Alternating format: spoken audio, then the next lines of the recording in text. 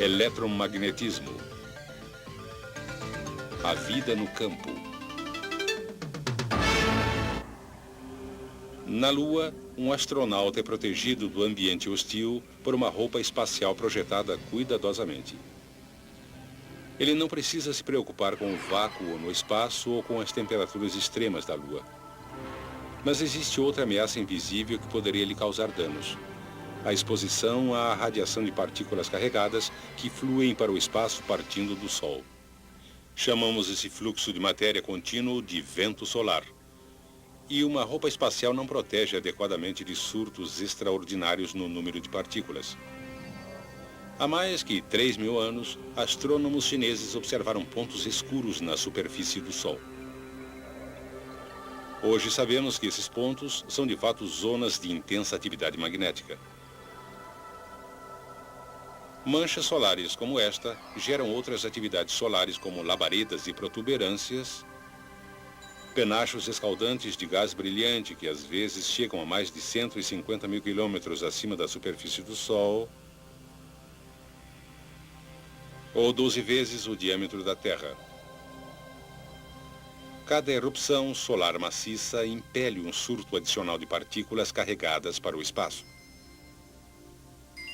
Como partículas individuais levam até 2 dias para alcançar a Terra, um aumento no número de manchas e labaredas solares serve de sinal para os cientistas de que o vento solar vai se intensificar, tornando-se uma torrente de radiação mortal em nossa direção. Felizmente para toda a vida na Terra, o campo magnético que envolve nosso planeta nos protege desse perigo. Como?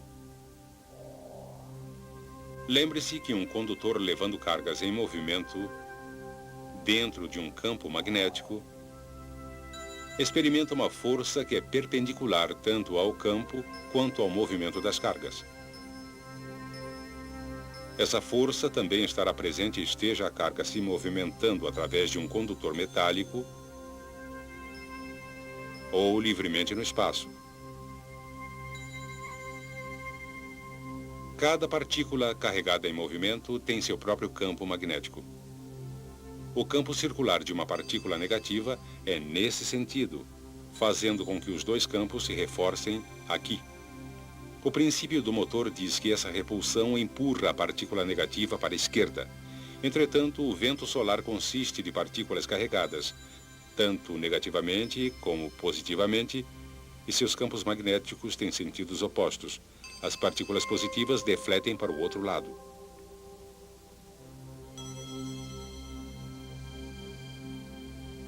Assim, quando o vento solar encontra o campo magnético da Terra, as partículas carregadas tendem a se separar, com as partículas carregadas negativamente sendo defletidas ao redor de um lado da Terra e as partículas carregadas positivamente ao redor do outro lado.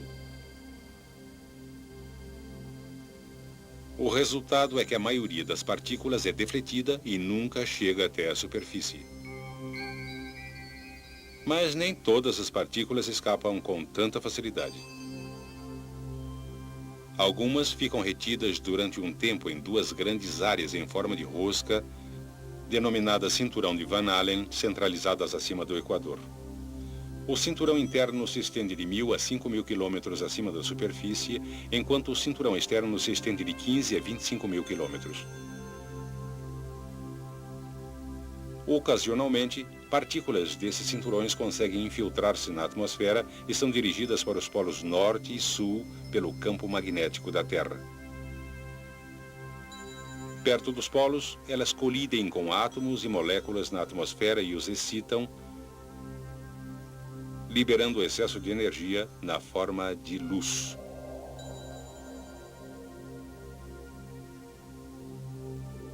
No norte, a luz pálida resultante é denominada aurora boreal ou luzes do norte. No sul, ela é chamada aurora austral. É interessante que cada vez que se vêem luzes do norte, elas também aparecem no sul. Às vezes, essas aparições são bastante espetaculares, uma prova visual de que ocorreu uma rajada de vento solar. Essas rajadas, que são consequência de manchas solares e outras atividades do Sol, ocorrem em ciclos. Diz uma teoria que, durante períodos de atividade solar muito pequena, as geleiras avançam e a sobrevivência de plantas e animais fica ameaçada. Mas, em seguida, com o retorno de grande atividade solar, as geleiras regridem e a vida floresce em clima mais favorável. Até agora discutimos os resultados das flutuações magnéticas solares.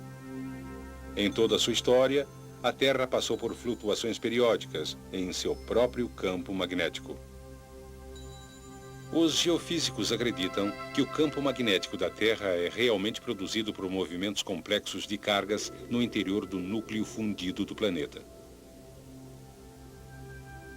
Parece que esse movimento de cargas se inverte, em média, a cada cerca de 200 mil anos, resultando em uma inversão dos polos norte e sul. O movimento de cargas no interior do núcleo é misteriosamente desacelerado, reduzindo o campo magnético a cerca de 10% de sua força normal. Com um campo magnético muito enfraquecido, o vento solar não deflete mais ao redor da Terra, e assim as partículas carregadas caem como chuva na superfície. Isto pode romper o material genético no interior de células vivas. O efeito mutante subsequente pode ser o responsável pela extinção repentina de muitas plantas e animais e a aparição de espécies completamente novas.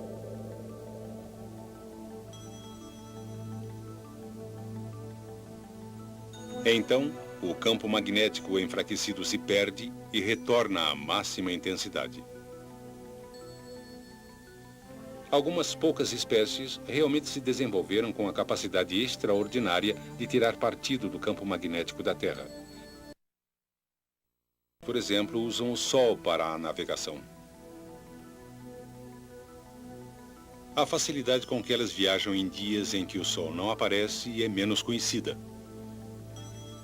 Entretanto, experiências em que pombas receberam protetores de orelhas contendo minúsculos ímãs mostraram que em dias nublados, quando não podiam depender do Sol para a navegação, elas logo se desorientaram. Quando os protetores foram retirados, essas mesmas aves logo se recuperaram e facilmente chegaram ao seu destino. O material magnético no cérebro da pomba permite de alguma forma que ela voe como se tivesse uma bússola na cabeça. Alguns micro-organismos também têm essa capacidade fascinante. Certos tipos de bactérias da lama, que vivem longe do Equador, aprenderam a usar o campo magnético inclinado da Terra para determinar o sentido ascendente e descendente. Na Austrália, o sentido do campo é inclinado para cima, e assim as bactérias se movem contra o campo ao se dirigir mais para o fundo da Terra, procurando umidade. Quando essas bactérias são trazidas para o hemisfério norte, elas são enganadas pela inversão do sentido do campo magnético e se movem para cima, não para baixo. E isso as traz para a superfície, onde secam e morrem.